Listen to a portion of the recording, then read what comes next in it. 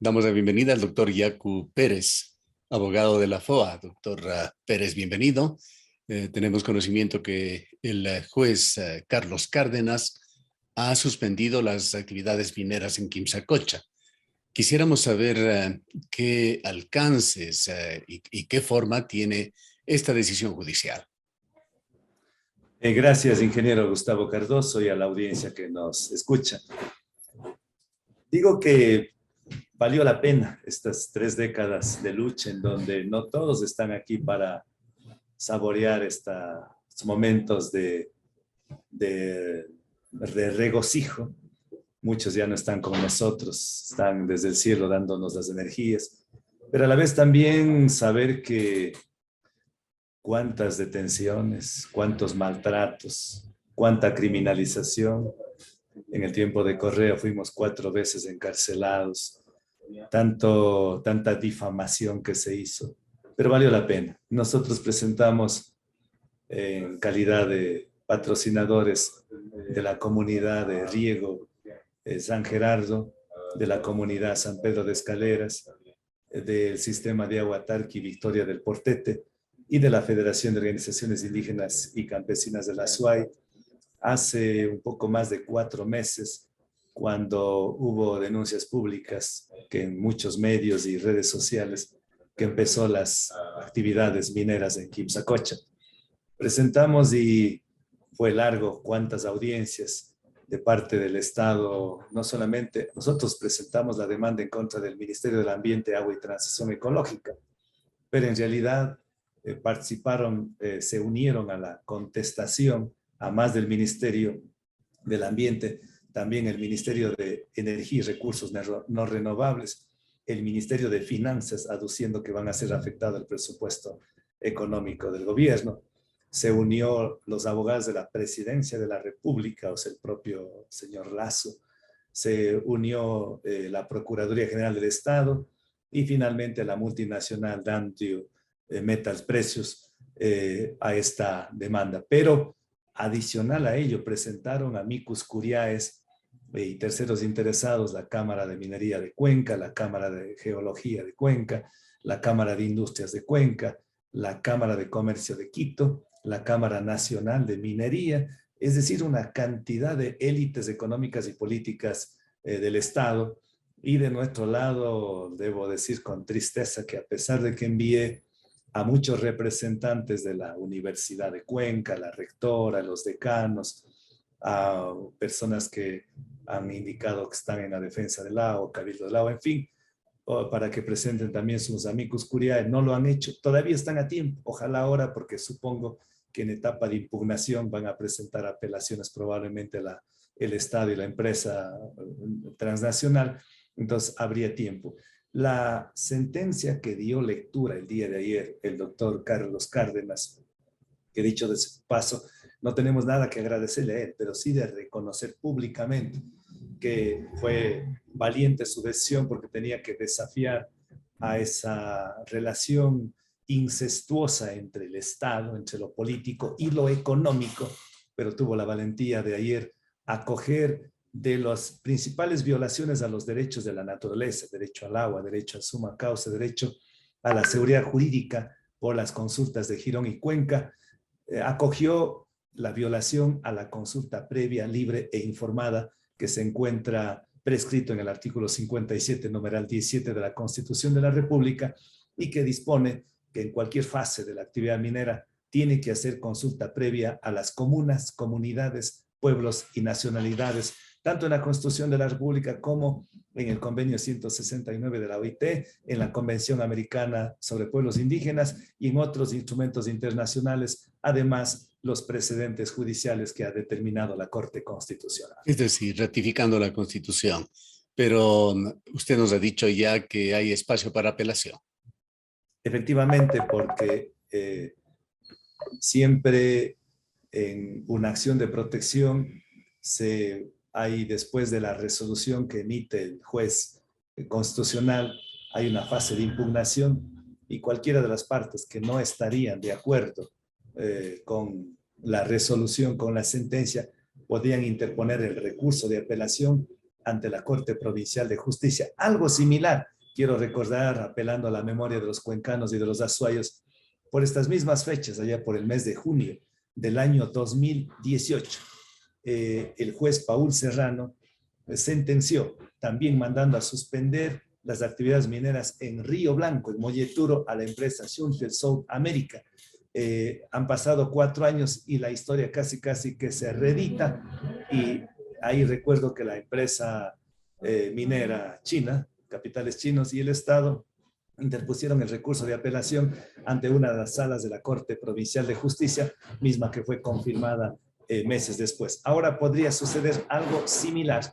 En esta fase de impugnación podría presentar un recurso de apelación apenas seamos notificados por escrito con la sentencia. Sería a otra corte provincial y podría eventualmente ir esto o convertirse en un caso para la Corte Nacional. A la Corte Nacional no, pero sí podría para efectos de recopilación, de más que de revisión, de formar jurisprudencia, podría llegar a la Corte Constitucional. Aunque en la Corte Constitucional los fallos últimos, en el caso Los Cedros, en el caso Cofane Sinangoe, en la que también fui abogado en la Amazonía ecuatoriana, en varios casos se ha ratificado en los mismos términos, porque esto no es que es un invento en el Ecuador. Recordemos que el convenio 169 de la OIT está vigente desde 1989 y el Estado ecuatoriano lo ratificó con el Congreso Nacional a la fecha y también la Presidencia de la República en el año de 1994. Entonces, el convenio 169 de la OIT tiene ya algunas décadas de vigencia. Estos son instrumentos de obligatoria cumplimiento. Se basó presentado también. Digamos que confía usted en que hay suficiente y clara jurisprudencia.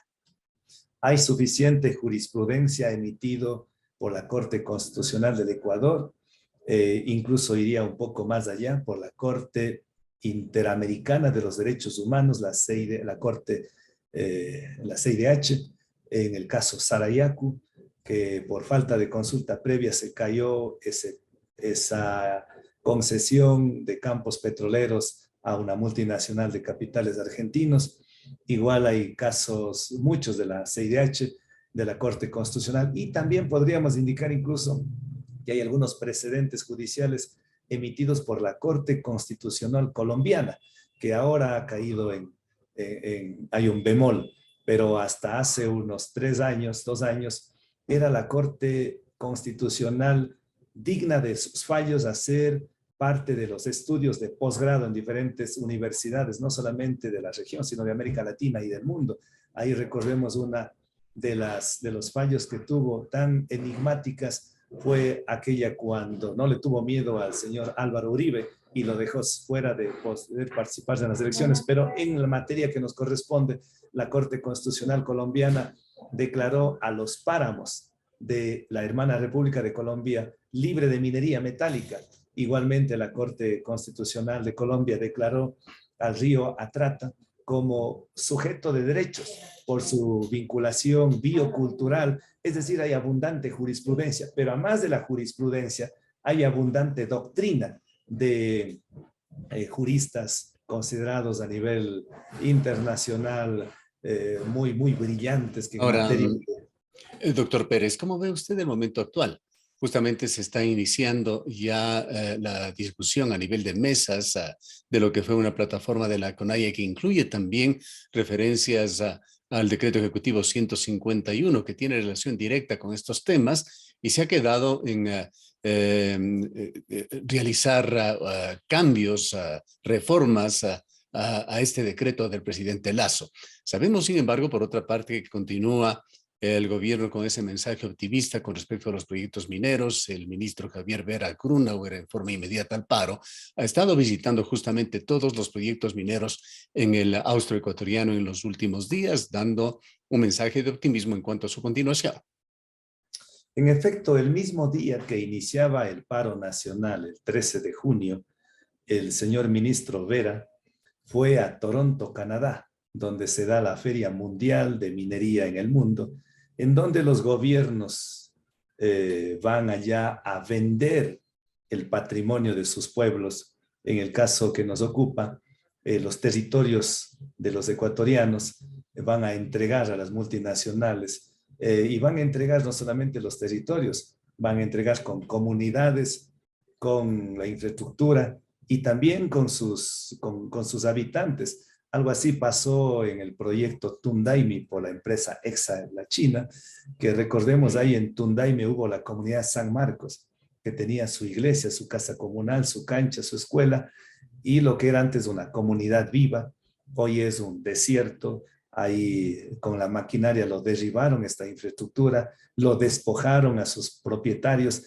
y eso es lo que pasa. Entonces el ministro Vera fue a vender los territorios con comunidades enteras.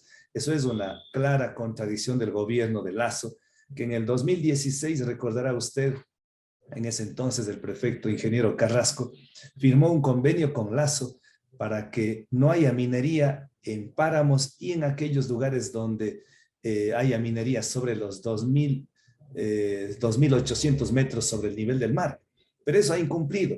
Y ahora con el decreto que usted hace referencia, los dos, ¿no? El 90 y el 151, en el caso del tema petrolero, pues no mismo pudo el señor Lasso duplicar la explotación petrolera de 500 millones a 1 millón, de 500.000, perdón, a 1 millón de barriles diarios, pero en el 151 lo que hace es repetir lo que ya está en la Constitución del Ecuador en el artículo 407, que no debe haber minería en zonas intangibles. Ahora, hubo una reacción inmediata con respecto al 151 tras la terminación del paro. Emitió otro decreto, el 468 del presidente Lasso, en el cual se daban ciertos lineamientos para la reforma del 151 y entre ellas se incluyó estos conceptos. Se decía que excepcionalmente se podrá realizar actividades extractivas o extractivistas si existiesen acuerdos previos. Entendemos que esto es una clara alusión a casos como el de Quimsacocha y añadí allí, quizá para confundir un poco más las cosas, que en tales casos se respetará la decisión de las comunidades locales o confundir o en su defecto invitar a una pulsación de fuerzas entre comunidades locales.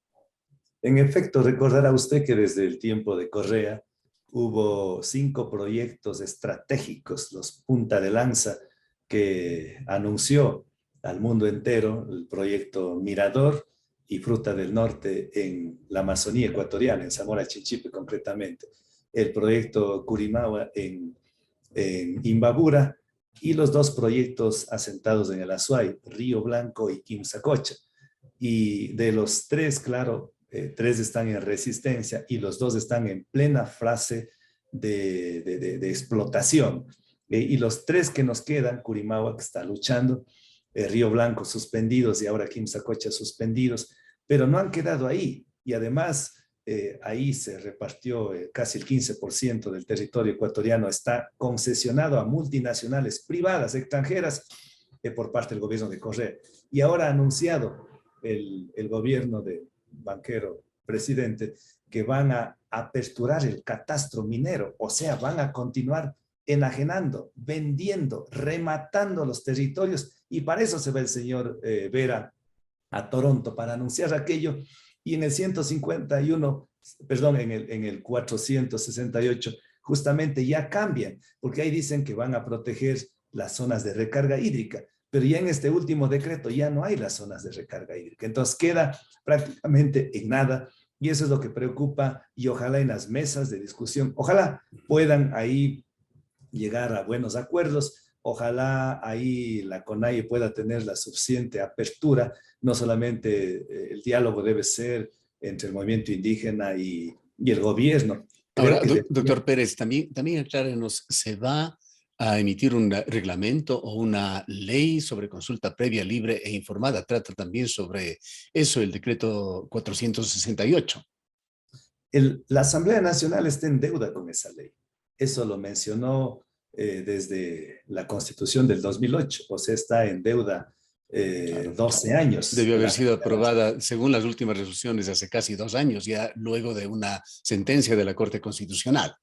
A más de que la Corte Constitucional emitió la sentencia de los Cedros, de Cofanes, la sentencia que nosotros, la demanda de inconstitucionalidad que la CONAI y los sistemas comunitarios de agua presentó en contra de la aprobación de la ley de minería, perdón, en el año 2008, que lo presentamos en el 2009, el 2012 me parece que viene el fallo, y desde el 2012 decía que tiene que expedirse la ley de consulta previa y que hasta tanto la Corte Constitucional en ese tiempo, presidida por Patricio Pazmiño, determina unos estándares de cómo debería ser la consulta previa, que debería ser acompañado por la Defensoría del Pueblo, que la consulta previa debe hacer no las empresas mineras, sino debe hacerlo el Estado ecuatoriano, las fases, los principios, buena fe, bien informada, bueno, un conjunto de estándares que son considerados a nivel internacional, pero que no los ha hecho.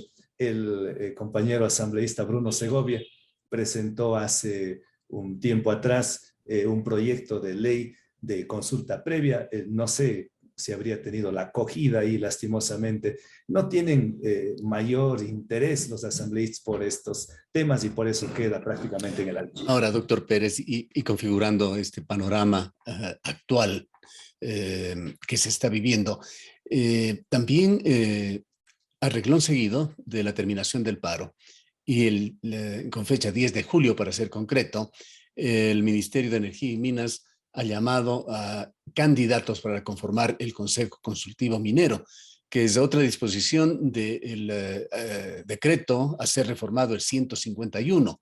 ¿Cómo se entiende este apresuramiento cuando justamente el gobierno, y confirma, se ha comprometido a reformar ese decreto ejecutivo? Esas son las grandes incoherencias del presidente Lasso, ¿no? El banquero presidente de candidato dijo no a la minería en páramos y está intentando hacer minería. Dijo va a eliminar la CENESID y libre ingreso a las universidades para los chicos bachilleres. No se cumple. 2 millones de fuentes de trabajo, no se cumple. Es decir, no solamente que es un incoherente, es un mitómano. Le fascina decir una cosa y hacer otra cosa. Recordemos cuando se comprometió públicamente a aperturar las urnas en 17 provincias, la mitad y el 100% en la provincia del Guayas. Al siguiente día rompió la palabra. O sea, lo que dice el banquero presidente no lo cree nadie, absolutamente nadie. Y en este caso, el Ministerio de Energía y Recursos No Renovables está formando este consejo consultivo. ¿Quiénes lo van a participar ahí? Obviamente, funcionarios del correísmo, del morenismo, de Lasso, que son los mismos.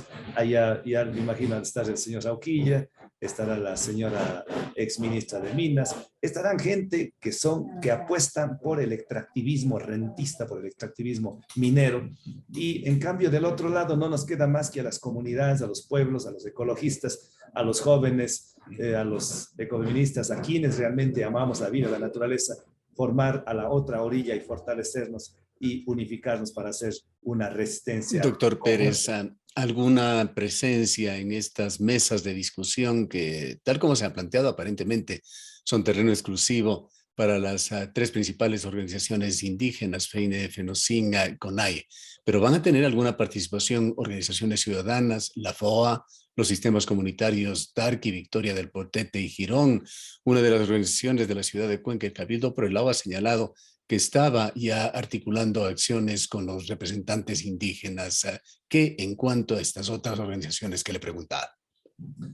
No hemos tenido ninguna invitación de nadie.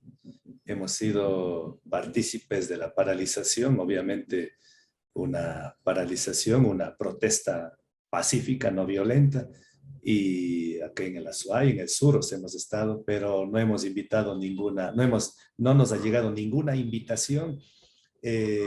Así no nos invite a nosotros. Ojalá puedan invitar a los dirigentes comunitarios, porque la FOA sigue siendo parte del Ecuarunari. ¿No son las mesas una oportunidad para sustentar la consulta de Cuenca?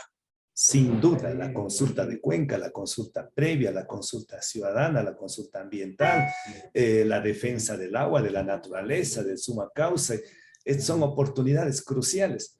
Pero si hay un sectarismo, si hay un sesgo ideológico, pues sería malo, ¿no? Porque además escuchaba algo muy de refilón, una entrevista que hacía alguien, no recuerdo, creo que era algún abogado, profesor de la universidad, que se quejaba también. Debería, yo coincido, creo que era Santiago López o el doctor López, bueno, quien decía que deberían invitar, no hay que tenerles miedo, que participen las cámaras de la producción, que participen los choferes, que participen los trabajadores, los maestros, los comerciantes, los artesanos, los indígenas, todos deberíamos participar allá para en conjunto, en una minga, pensando en el país, pensando en el futuro del planeta, pensando en nuestros hijos, defendamos el agua, los derechos fundamentales que están en la Constitución. No debería ser solamente un diálogo de muy pocas personas. Ojalá la Conferencia Episcopal Ecuatoriana abra también estos canales para que la construcción sea colectiva y no solamente caigamos en un binarismo. Bien, para finalizar, doctor Pérez, y por supuesto quedándonos a la expectativa de tanta cosa que está sucediendo en este momento, quisiéramos preguntarle algo también coyuntural. ¿Va a ser usted candidato a la alcaldía, a la prefectura de la SUAY? ¿Qué planes políticos tiene en el corto plazo? Estamos en conversaciones con algunos movimientos, estamos cerquita de llegar a un acuerdo. Eso daremos a conocer la próxima semana, incluso los perfiles de los candidatos. Tenemos líneas rojas que no podemos entrar con extractivistas, con gente que ya han sido parte de los gobiernos pasados, con gente que tenga violencia intrafamiliar, violencia a las mujeres, que tengan antecedentes penales de corrupción. Con ellos no, pero sí tenemos acercamientos con movimientos que por respeto a estos movimientos y a sus representantes no les puedo dar a conocer hoy, pero lo diremos la próxima semana. Y sobre mi posibilidad de candidatizarme, bueno, de aquí de Cuenca les quiero agradecer a muchos que han pedido esa posibilidad de una candidatura. Si voy a Guayaquil me piden que sea candidato en Guayaquil o en Quito igual, nos vamos a esperarnos unos días más y decidiremos si salimos o no de candidatos. Si salimos, pues lo haremos con toda la dedicación, el esmero, el cariño a los cuencanos o a los azuayos, o si toca esperar y hacer que participen otras personas, así lo haremos. Con el movimiento Somos Agua, acá en la provincia de la Azuay, participará activamente como una opción, como la opción preferencial de los pobres, de los ecologistas, de las mujeres, de los indígenas, de los trabajadores, de mucha gente que vivimos literalmente casi de la pobreza a la miseria. Gracias, doctor Pérez, por habernos acompañado. Un lindo día. Hasta pronto.